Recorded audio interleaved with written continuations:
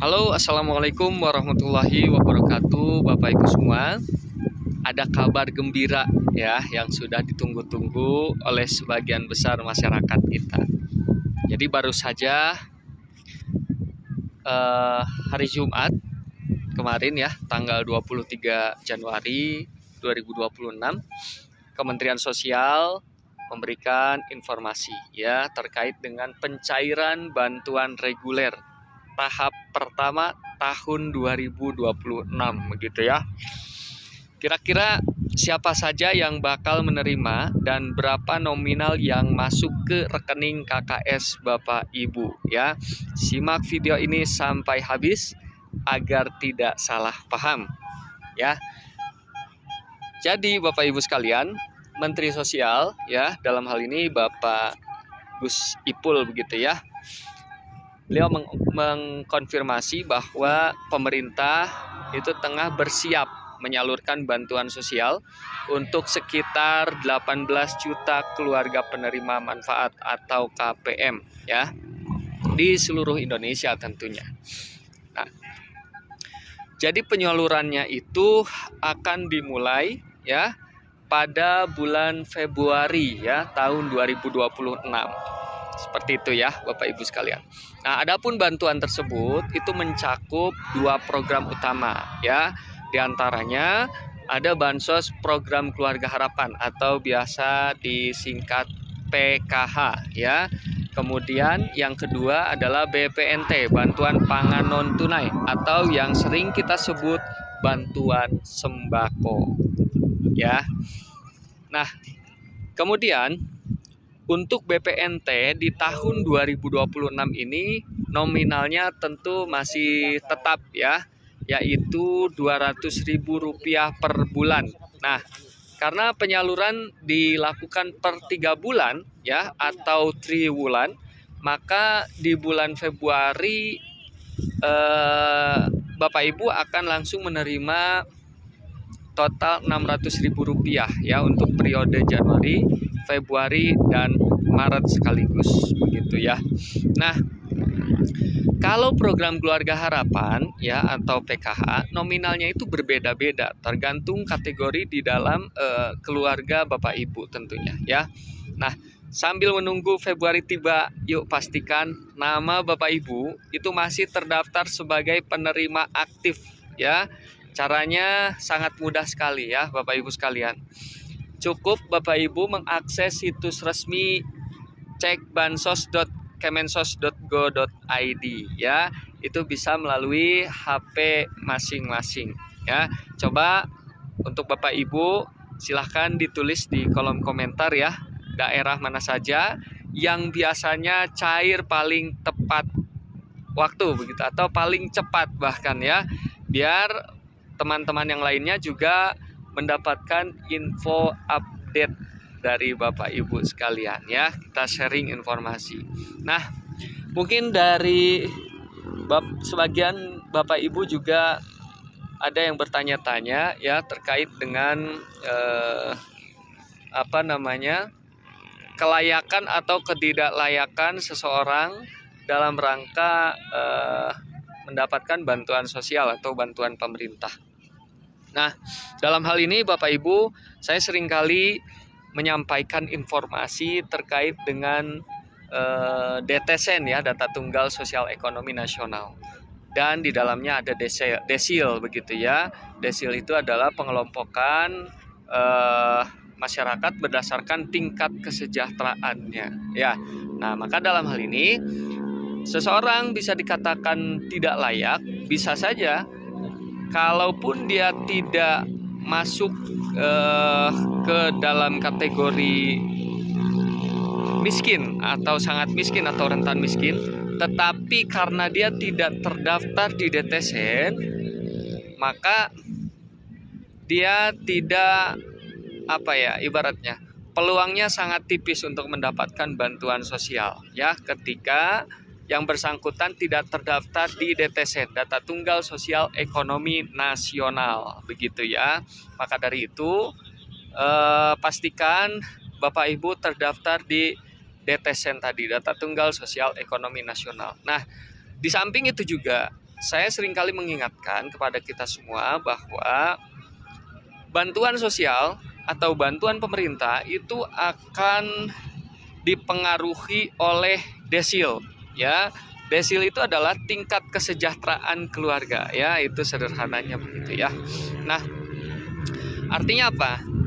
Desil ini sangat menentukan layak atau tidak layaknya Bapak Ibu mendapatkan bantuan sosial atau bantuan pemerintah, ya. Oleh karena itu perhatikan desil Bapak Ibu, ya. Ingat, seringkali saya sampaikan, semakin tinggi desil seseorang, maka pemerintah akan menganggap bahwa yang bersangkutan itu sudah menjadi keluarga yang memang dianggap sudah sejahtera begitu ya, atau tidak layak bansos atau tidak memerlukan bantuan sosial maupun bantuan pemerintah, ya. Nah, desil berapa yang dimaksud yang tinggi? Nah, tentu mereka yang berada di desil 6 sampai 10. Oleh karena itu Bapak Ibu juga perlu mengecek desil Bapak Ibu, ya. Jadi bantuan sosial, ya, dalam hal ini bantuan sosial program Keluarga Harapan misalkan, ya, itu ditujukan bagi mereka yang berada di desil 1 sampai 4. Ingat ya, desil 1 sampai 4 itu adalah mereka yang masuk dalam prioritas sasaran bantuan sosial program Keluarga Harapan. Nah, bagaimana dengan bantuan pangan non tunai, ya, atau kita sebut dengan bantuan sembako? Nah, bagi mereka yang menginginkan untuk mendapatkan bantuan sembako atau BPNT, mereka harus berada di desil 1 sampai 5 minimal, ya.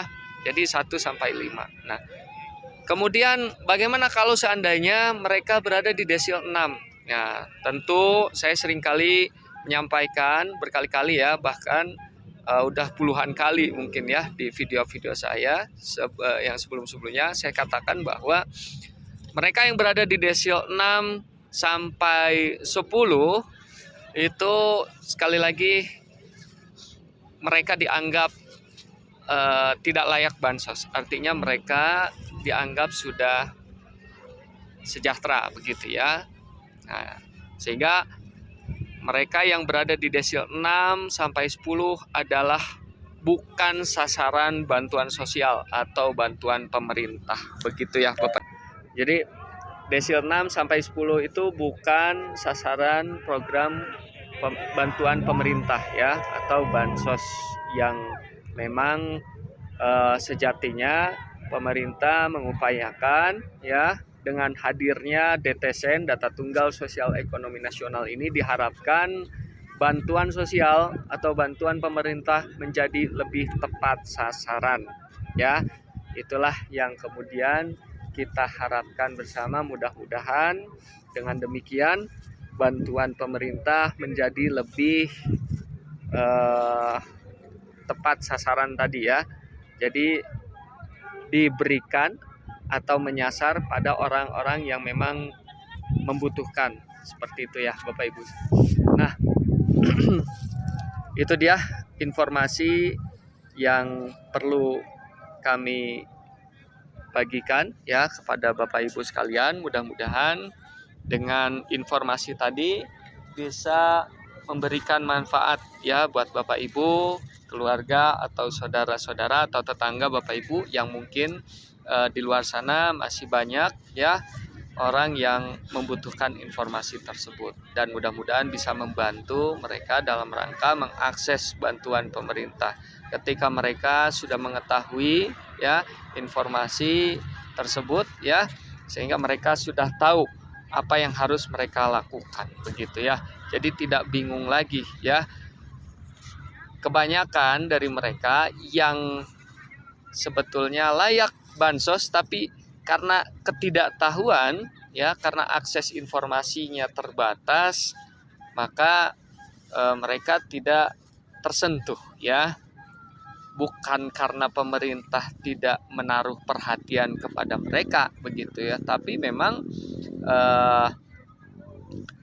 mereka tidak tersentuh karena bisa saja faktornya adalah, salah satunya adalah faktor karena ketidaktahuan tadi, karena informasi yang tidak mereka miliki ya. Oleh karena itu sekali lagi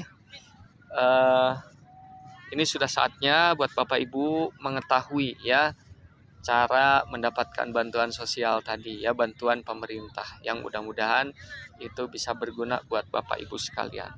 Demikian informasi dari saya. Pastikan ya kartu keluarga sejahtera atau KKS ya Bapak Ibu yang sudah menjadi peserta bantuan sosial atau bantuan pemerintah ya, itu harus tersimpan dengan aman dan jangan berikan PIN KKS Bapak Ibu kepada siapapun ya. Jika informasi ini bermanfaat, jangan lupa klik like, share dan subscribe channel ini agar tidak ketinggalan informasi penting lainnya dari saya ya. Sampai jumpa di video berikutnya. Terima kasih. Wassalamualaikum warahmatullahi wabarakatuh.